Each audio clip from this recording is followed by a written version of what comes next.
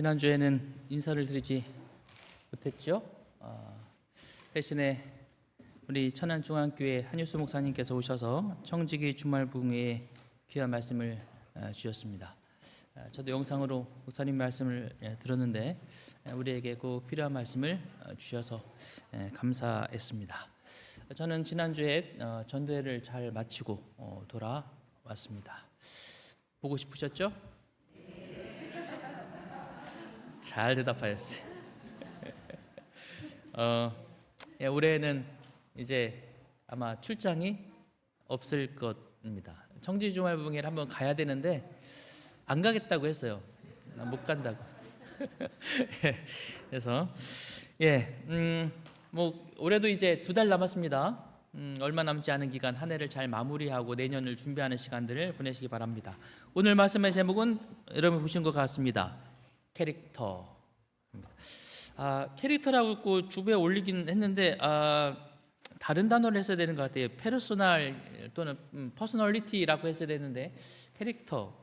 그러나 제가 하고 싶은 말은 캐릭터가 맞는 것 같아요. 무슨 얘기냐? 오늘 본문의 말씀입니다.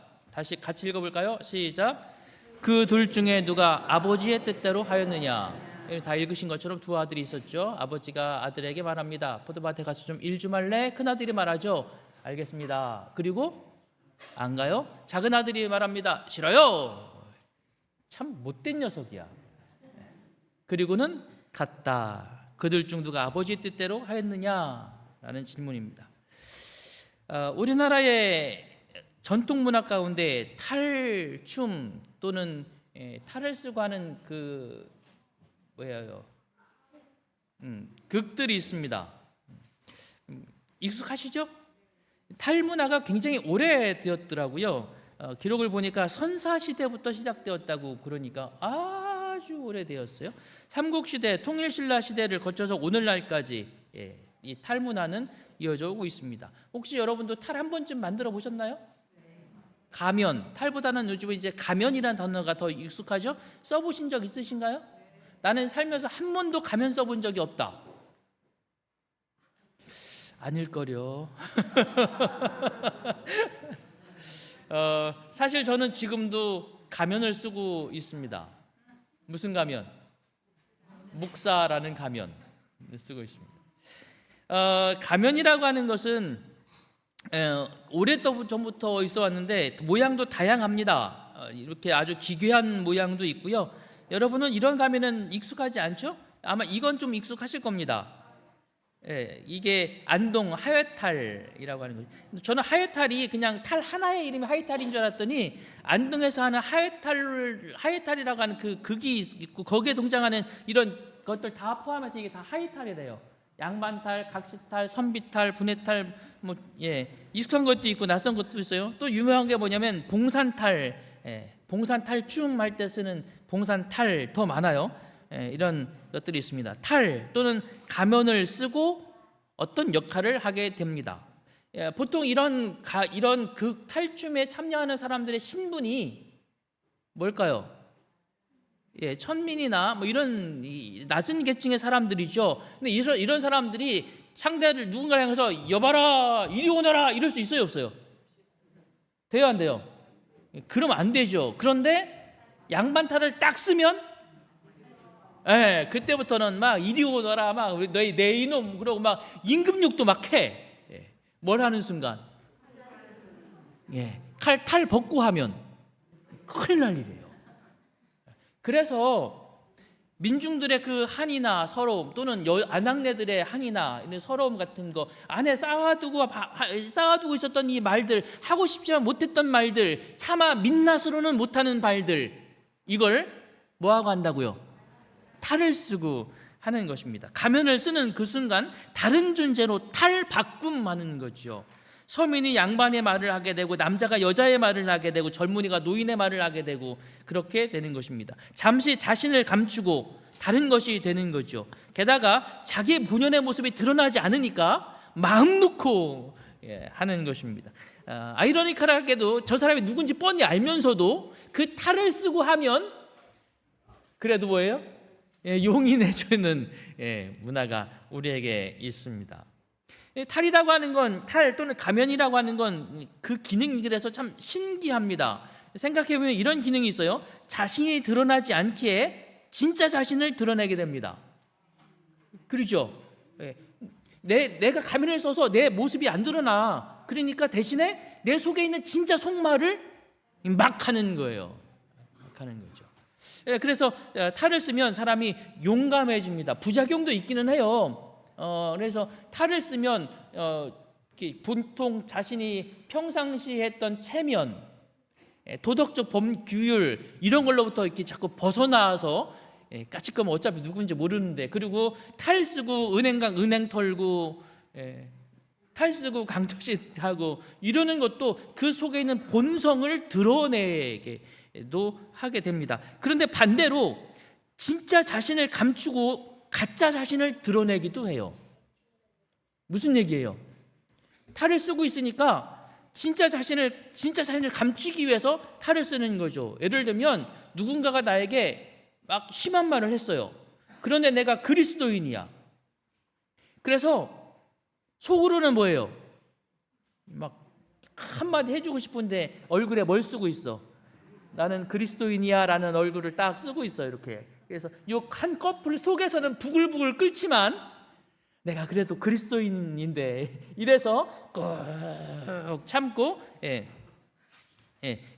진짜 자신을 감추고 가짜 자신을 보여줘요. 씩 웃으면서 아이 뭘 그러세요 이러면서 속으로는 뭐 하면서 탈은 두 가지 역할을 동시에 해요. 그래서 이런 탈은 동양 사람들, 우리나라 사람들뿐만 아니라 외국 사람들도 오래전부터 탈을 써왔어요. 그리고 이 탈을 쓰고 그런 일들을 해왔습니다. 라틴어로 또 히브리어에서 번역된 라틴어로 우리가 탈을 뭐라고 하는가 하면 페르소나라고 말합니다. 라틴어 발음으로 페르소나라고 말해요. 가면, 탈이라는 뜻이고 연기하는 사람이 그 역할을 수행하기 위해서 얼굴에 무엇인가를 쓰고 있는 그 가면을 페르소나라고 말하는 것입니다. 그래서 이 가면을 쓰면 왕이 되기도 하고 아버지가 되기도 하고 아들이 되기도 하지요. 그런데 이 가면을 쓰고 어떤 역할을 하는 이 장면을 이렇게 보면서 유럽인들, 특히 이제 라틴 사람들은 이런 생각을 하게 됐어요. 똑같은 사람이 요 가면을 쓰고는 이런 역할을 하고 저 가면을 쓰면 저런 역할을 하는구나. 근데 그게 무대에서만 그런 게 아니다. 우리의 일상에서도 그렇습니까? 우리의 일상에서도 우리는 여러 개의 가면을 바꾸어 쓴다는 거죠. 예를 들면 여기 중학생 하나가 있어요. 여기 중학생이에요. 그런데 학교에 가면 학생의 가면을 쓰고 살아가야 돼요. 집에 가면 아들의 가면을 쓰고 살아가야 되고요. 친구들하고 있으면 또래 집단에서 또 자기가 맡은 어떤 역할이 있으면 거기서 각각 달라요. 여러분 만약에 생각해 보세요. 이 중학생이 내가 왜 이렇게 가면을 쓰고 살아야 돼? 나는 그냥 13살 남자아이 아들이야. 우리 아버지 아들이야. 친구들하고 한테 가가지고 얘들아 나 밥 좀 줘. 아버지한테 하듯이 아들한테 하듯이 아들처럼. 그러면 애들이 뭐라고 그래요? 지금 제정신이? 아니에요. 친구들하고 할 때 역할을 가지고 집에서 하면 돼요, 안 돼요? 이게 안 되는 거예요. 그러니까 우리는 각각 자신이 처한 위치에서 거기에 맞는 가면을 바꿔 쓰면서 살아가는 게 사람의 삶이에요. 뭐 최근에 뉴스에 대통령 영부인도 집에서는 오빠라고 부르더라고요. 누구를? 대통령을. 문제 있어요? 문제 없어요. 문제 없어요. 밖에서는 그렇게 부르면 안 돼요. 집에서는 그냥 아내의 얼굴을 하고 또 남편의 얼굴을 하고 살아가는 것입니다. 뭐 사실 저도 그래요. 우리 집사람이 저랑 있을 때는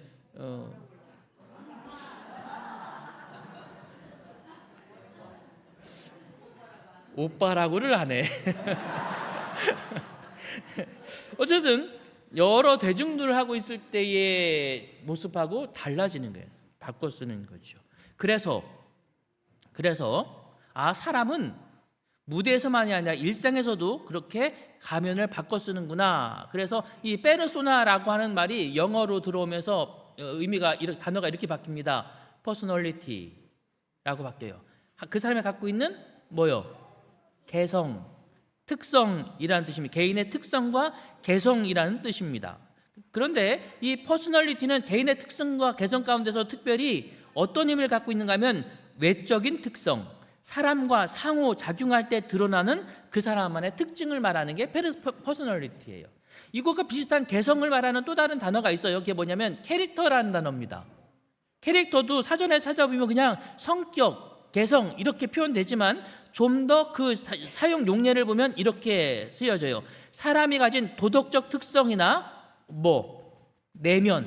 내면의 성향을 강조할 때는 캐릭터, 저 사람이 원래 어떤 사람이냐, 본성이 뭐냐, 마음이 어떠냐라고 하는 내면적인 걸 말할 때는 뭐라고 하고요?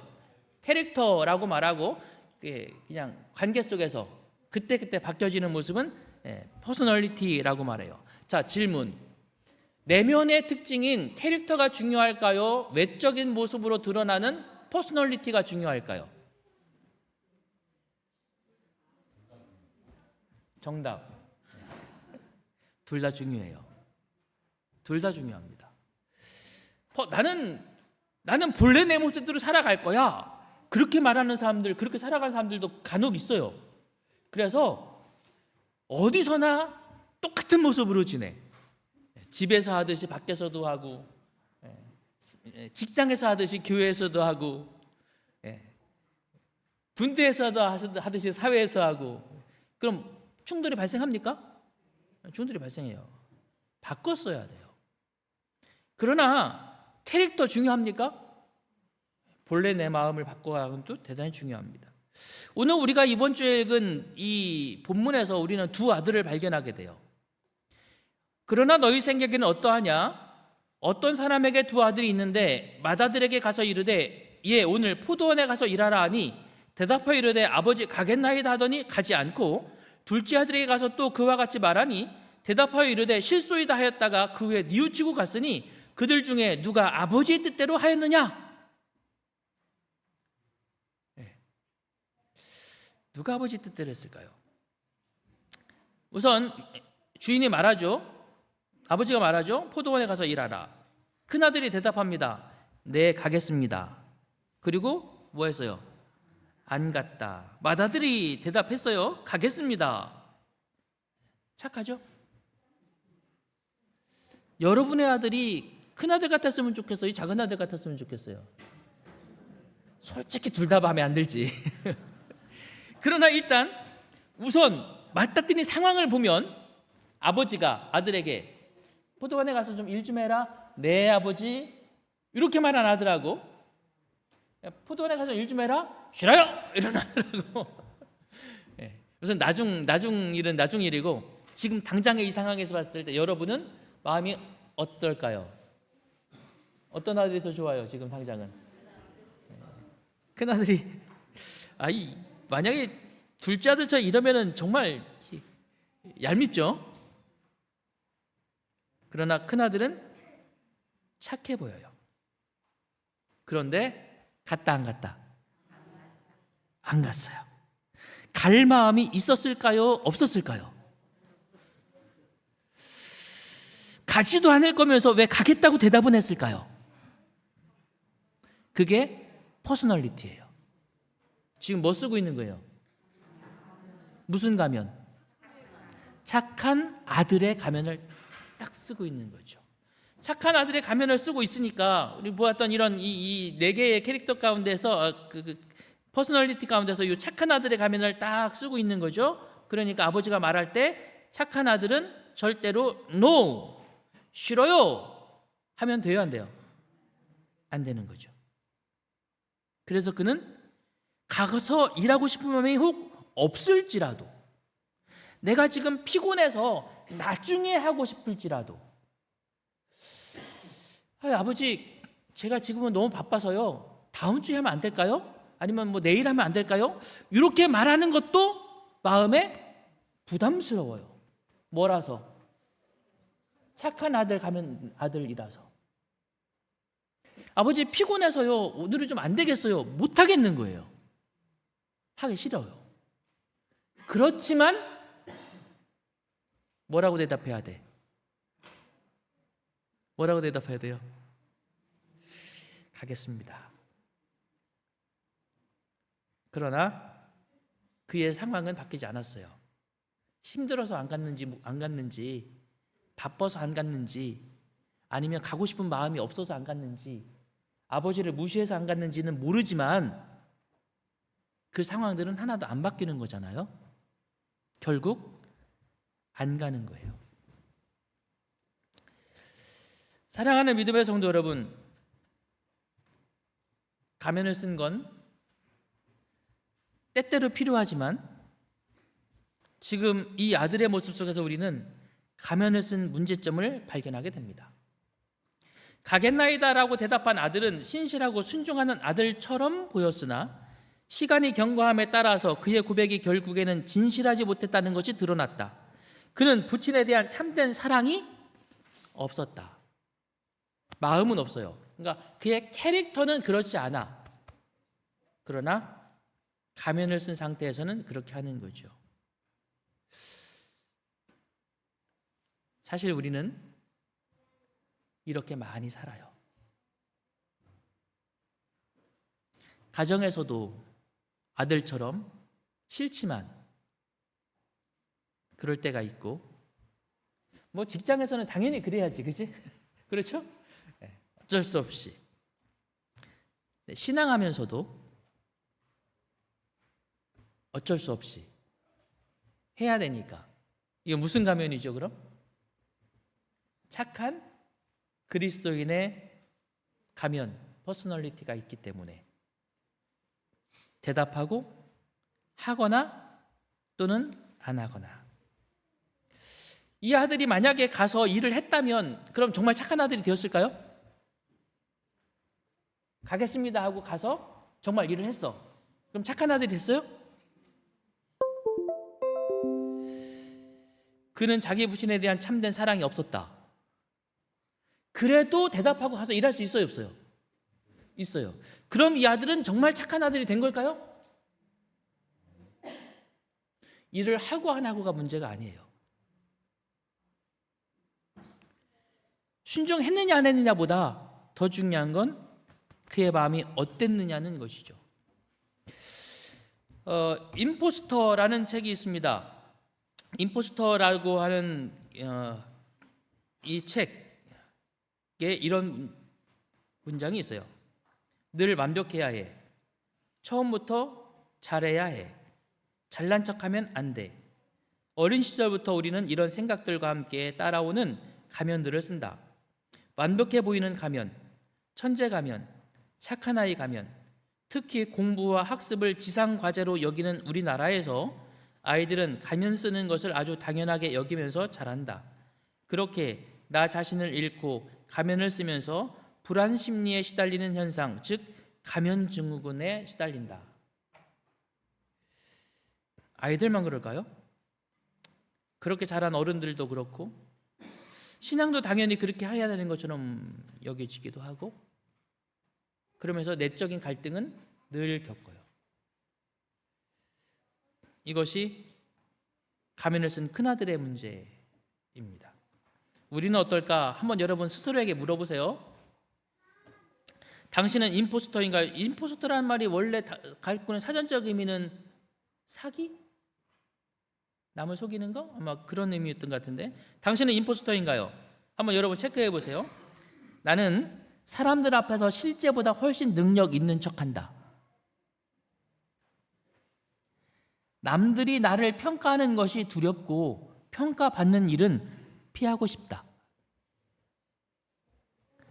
스스로 뭔가를 성취해도 이보다 더 잘했어야 한다고 여긴다. 지금의 성공은 내가 운이 좋았기 때문에 가능했다고 생각한다.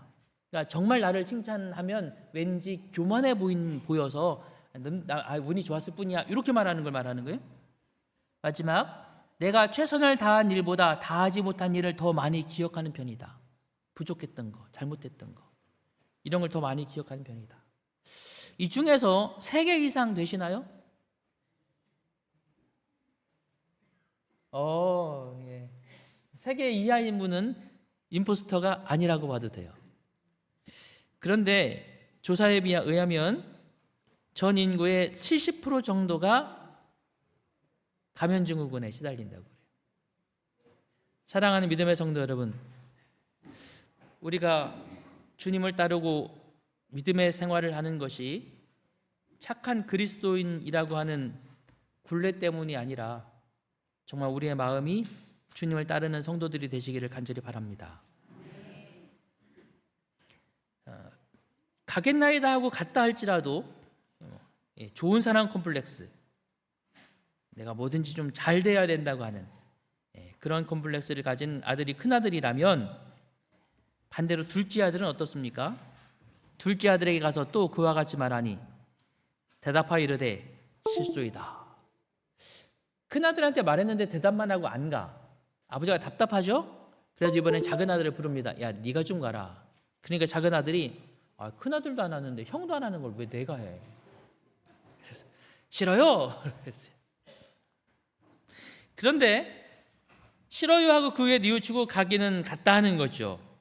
이 아들은 가면을 썼어요, 안 썼어요? 가면을 썼어요, 안 썼어요? 안 썼어요. 잘했어요?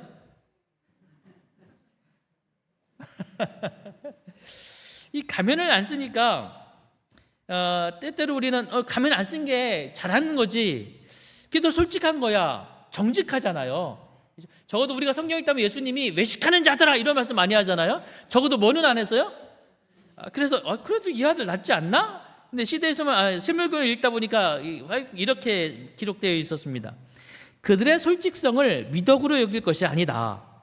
진리와 거룩함으로 성화된 솔직함은 사람들로 하여금 그리스도를 위한 담대한 증인이 되게 하지만, 이 솔직함을 죄인들이 사용할 때에는 그것이 하나님을 모독하는 반항하는 것이 되며 하나님께 대한 불경에 가깝게 된다. 그러므로 사람이 외식하지 않는다는 사실이 결코 그 사람의 죄를 가볍게 해주는 것은 아니다. 여러분, 때때로는 가면도 써야 돼요. 제가 혹시 여러분 섭섭하게 하더라도 너무 대놓고 막 뭐라고 하지 마시고 살짝 가면 좀 쓰신 다음에 조금 부드럽게 이렇게. 저도 여러분 대할 때 그러잖아요, 그죠? 집사님 그러시면 됩니까? 이렇게 안 하고 집사님 할 말이 있는데 좀 이렇게 미소 지으면서 이렇게 가면도 쓰고 해야지. 너무 가면 안 쓰고 싫어요 그러고 목사님 왜 그러세요? 온통 전쟁터가 된다고. 때로는 외식도 필요하다. 그런데 그렇다면 캐릭터와 퍼스널리티, 내적인 것과 외적인 것, 우리는 무엇을 더 중요시 여기고 갖고 가야 될까? 오늘 이 이야기의 끝에 예수님은 이렇게 말씀하십니다. 31절, 그들 중에 누가 아버지 뜻대로 하였느냐? 예수께서 그들에게 이르시되 내가 진실로 너희에게 이르노니 세리들과 창녀들이 너희보다 먼저 하나님 나라에 들어가리라. 여러분, 일단 대답 한번 해보시죠. 누가 아버지의 뜻대로 했습니까? 둘째 아들이. 둘째 아들이 아버지 뜻대로 한 이유가 뭡니까? 바로 그 후의 절, 대답하여 이르되, 다 같이 읽어볼까요? 시작. 대답하여 이르되 실소이도 하였다가 그 후에. 일을 하고 안 하고가 정말 중요한 문제가 아니에요. 왜 했느냐가 중요한 것입니다. 하기 싫지만 그래도 나도 아들인데, 이게 아니라는 거죠. 대답하여 이르되 실소이다 하였다가 그 후에 뉘우치고 갔다. 뉘우치고 갔다는 말의 원어가 갖고 있는 뜻이 뭐냐면 뭘 바꿨다는 거예요? 마음을 바꿨다는 거죠. 마음은 퍼스널리티를 말하는 것이었어요? 캐릭터를 말하는 것이었어요? 내적인 것, 캐릭터를 말하는 것이었어요. 즉 이 친구는, 둘째 아들은 그래도 아들이니까 어떻게 가긴 가야지 이러고 간 게 아니라 마음을 바꿨다. 자신의 캐릭터를 제 멋대로 하고 싶은 말 막 뱉고, 아버지가 시켜도 내가 하기 싫으면 안 하고, 이런 그것이 자신의 캐릭터였는데, 그 캐릭터를 그냥 가면 안 쓰고 막 드러냈는데, 그가 생각해보니 내가 이러면 안 되겠구나, 내가 이러면 아버지의 마음이 정말 아프겠구나. 그래서 그 마음, 캐릭터를 바꾸기로 결심하고 가서 일했다라는 것입니다. 사랑하는 믿음의 성도 여러분, 오늘 우리가 캐릭터, 우리의 마음을 다듬는 그리스도인이 되시기를 간절히 바랍니다. 자, 그런데 여러분, 이 아들이 한번 안 되겠네, 내 마음을 바꿔야 되겠다 하고 가서 일을 했어요. 그 순간 이 아들은 내적인 모습이 완전히 바뀌었을까요?